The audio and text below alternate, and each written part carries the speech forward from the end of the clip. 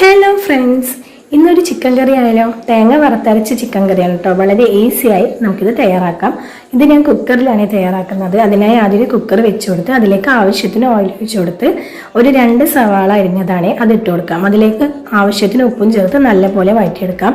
ഇനി ഇതിലേക്ക് ഒരു 3 ടീസ്പൂൺ ഇഞ്ചി വെളുത്തുള്ളി പേസ്റ്റ് ചേർത്ത് കൊടുക്കാം. അത് നല്ലപോലെ വഴറ്റിയതിന് ശേഷം തക്കാളിയും പച്ചമുളകും ചേർത്ത് നല്ലപോലെ ഒന്ന് ഇളക്കി കൊടുക്കാം. തക്കാളി നല്ലപോലെ ഒന്ന് സോഫ്റ്റായി വന്നതിന് ശേഷം ഇതിലേക്ക് കറിവേപ്പില ചേർത്ത് കൊടുക്കാം. ഇനി ഇതിലേക്ക് പൊടികളാണ് ആഡ് ചെയ്യുന്നത്. 1 ടീസ്പൂൺ മുളക് പൊടി, 3 ടീസ്പൂൺ മല്ലിപ്പൊടി, 1/2 ടീസ്പൂൺ ഗരം മസാല, 1/4 ടീസ്പൂൺ മഞ്ഞൾപ്പൊടി ഇത്രയും ചേർത്ത് കൊടുത്ത് നല്ലപോലെ ഒന്ന് വഴറ്റി അതിൻ്റെ പച്ചമണമൊക്കെ ഒന്ന് കളഞ്ഞെടുക്കാം. ഇനി ഇതിലേക്ക് 1 കിലോ ചിക്കനാണ് എടുത്തിട്ടുള്ളത്. അതും കൂടി ഇട്ട് കൊടുത്തിട്ട് നല്ലപോലെ ഒന്ന് ഇളക്കി മിക്സ് ചെയ്തെടുക്കാം. ആവശ്യത്തിന് ഉപ്പും കൂടി ചേർത്ത് കൊടുക്കാം. എന്നിട്ട് ഇത് ആവശ്യത്തിന് വെള്ളം ഒഴിച്ചിട്ട് നമുക്ക് കുക്കർ അടിച്ച് ഒരു 2 വിസിൽ വരെ ഒന്ന് വേവിച്ചെടുക്കാം.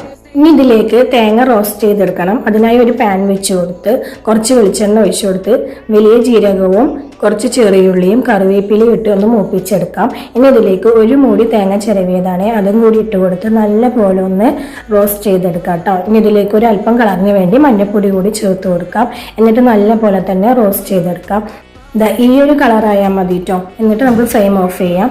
ഇപ്പോൾ നമ്മുടെ ചിക്കൻ കറിയൊക്കെ നല്ലപോലെ വെന്ത് വന്നിട്ടുണ്ട്. ഇനി നമ്മൾക്ക് ആ ഒരു അരപ്പ് അരച്ചത് ഇതിലേക്ക് ചേർത്ത് കൊടുത്ത് നല്ലപോലെ ഒന്ന് ഇളക്കി യോജിപ്പിക്കാം.